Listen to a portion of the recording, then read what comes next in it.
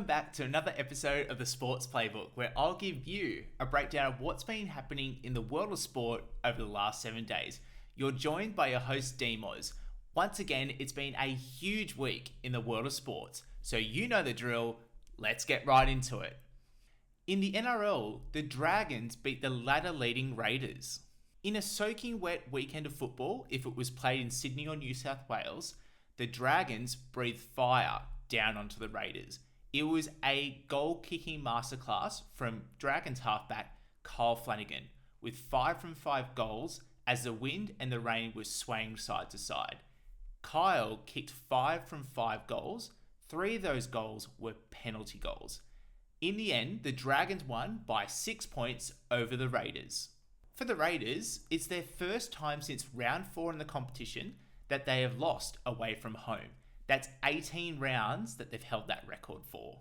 In the other games, the West Tigers defeated the Bulldogs 28-14.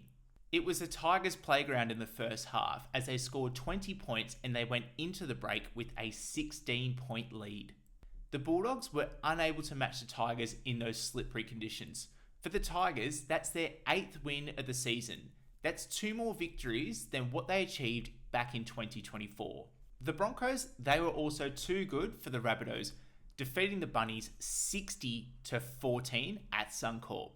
In the NRLW, at the first Magic round, the Roosters continued to dominate the competition. The Roosters defeated the West Tigers 34-4 in wet and slippery conditions in Newcastle. Yes, that is the theme of the weekend. There were some impressive stats across the field for the Roosters side, but none more impressive than the pair of their centres, Jess Surges and Isabel Kelly. Isabel Kelly scored 2 tries with 19 runs for 202 metres. 70 of those metres were post-contact metres. And for Jess Surges, she also got 2 tries, 18 runs and 154 run metres. 53 of those metres were post-contact metres. That's an impressive stat for any rugby league player. And in the other games, there was a bit of history made in the NRLW. The Titans and the Bulldogs participated in the first draw in the NRLW's history. The draw was 14-all. Neither side was able to break the deadlock or get that all-important field goal. The Roosters remain 1 win clear of the rest of the competition. In the AFL, the Adelaide Crows overtake Collingwood to take top spot on the AFL ladder. For the Adelaide Crows, they hosted Hawthorn in Adelaide. It was a back and forth affair with momentum going between either side, but the Crows were able to use the last bit of their momentum to get the win by 14 points. In the other games, whilst the Orange Tsunami had a huge win against the Swans last week, they received a royal thumping against the Western Bulldogs by 88 points. Whilst the Giants are still in the top 8, that is a devastating loss for that team. For the Gold Coast Suns, they won by 84 points against Richmond. For Richmond, the stats did not look pretty. They only scored 2 goals and 11 behind in a pretty embarrassing display for the Richmond team. But in one of the biggest games, the Brisbane Lions defeated Collingwood by 27 points at the MCG. Logan Morris starred for the Lions, scoring 6 goals in the affair. And Jeremy Cameron is on the cusp of making history. He helped guide Geelong to an 88-point victory over Port Adelaide. Cameron currently sits on 75 goals, needing the all-important 100 goals in one season. Jeremy Cameron scored 6 goals on the weekend. The last person to achieve 100 goals in a season? It was Lance Franklin back in 2008 for Hawthorn.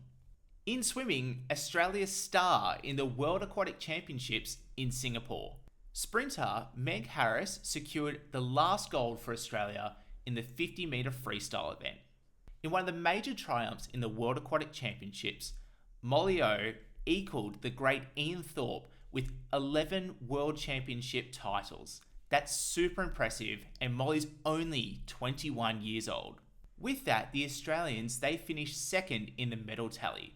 With the United States coming in first with 9 gold medals, the Australians came in second with 8 gold medals, 6 silver medals, and 6 bronze medals in an impressive display in Singapore. In rugby union, the Wallabies, they win the final test against the British and Irish Lions. Prior to the match, Wallabies halfback Nick White announced that it will be his final international test match after 73 caps with the Wallabies. In a game that was interrupted by the lightning, there was a delay for 40 minutes early into the second half. For the Wallabies, they built upon their 8-0 lead that they had going into halftime. They ended up winning the match 22-12 against the British and Irish Lions in Sydney. For Wallabies fans, it's an extremely promising sign leading into a home World Cup, which is in 2027. Even Lions coach Andy Farrell mentioned that the Wallabies will be a force to be reckoned with come the home World Cup in 2027.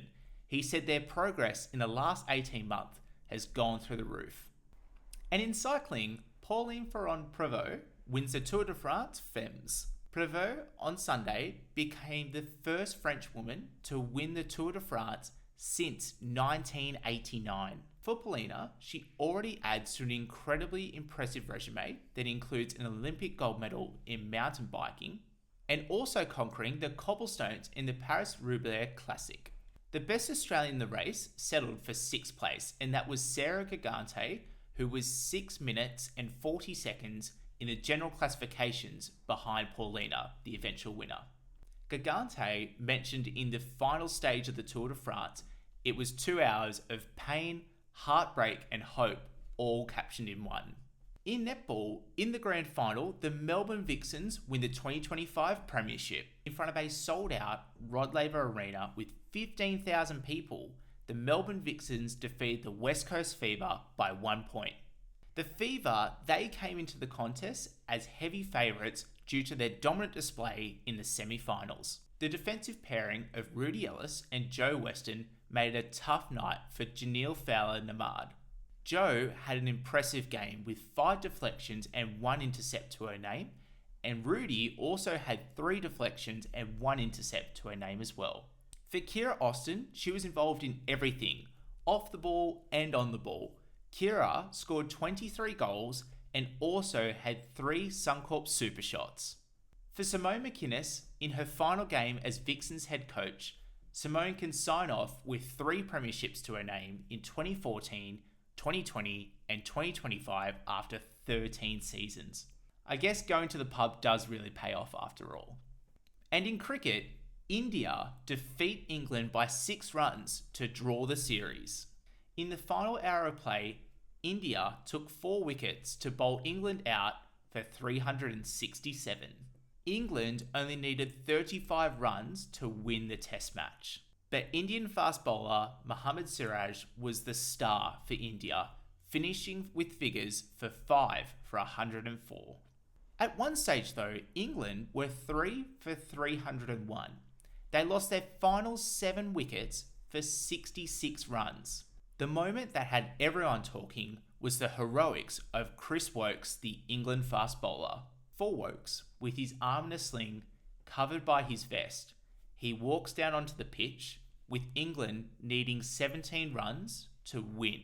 For the 37-year-old, he showed a lot of courage walking down to the pitch, and whilst he didn't get any runs or face any balls, his England teammates needed him, and he got a standing ovation thanks to the crowd. With that, we will take a short break, and after, get into your burning rubber breakdown.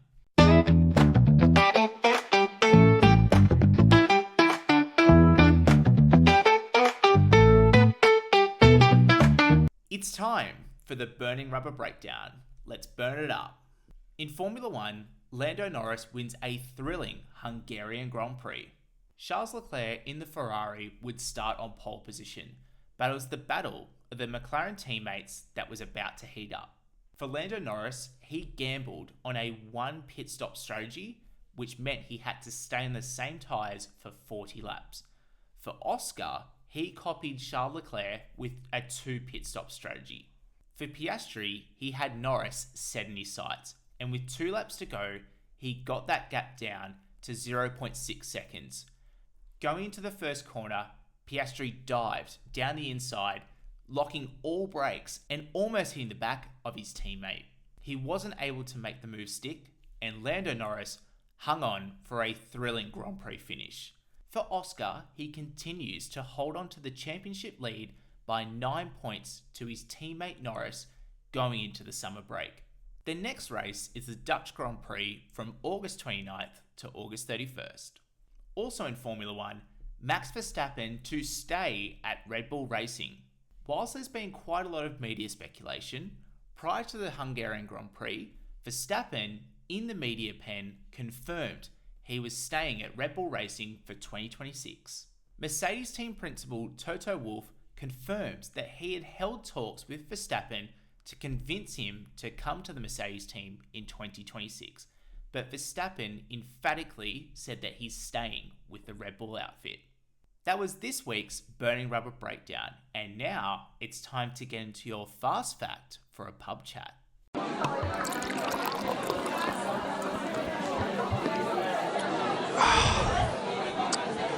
It's time to pull up a chair and pour yourself a drink. It's this week's fast fact for a pub chat.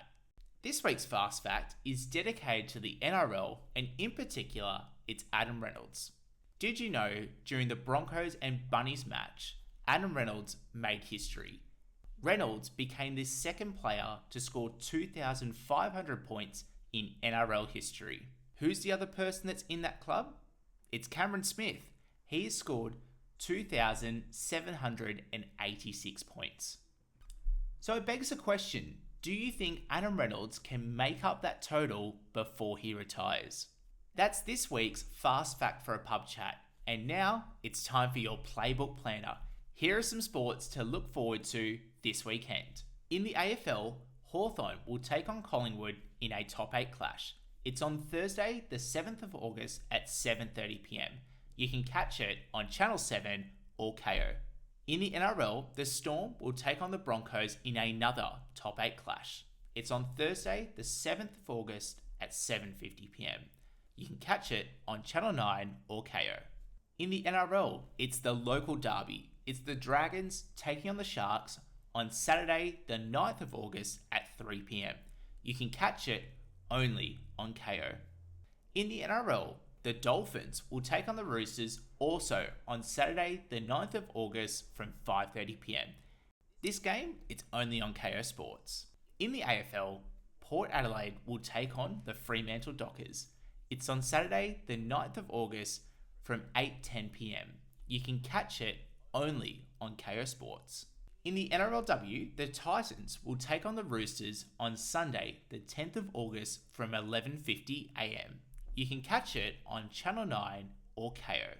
Also in the NRLW, the Eels will take on the Cowboys on Sunday, the 10th of August from 6:15pm. You can catch it on Channel 9 or KO. And finally, in the cricket, it's Australia taking on South Africa in the first of the T20 Internationals.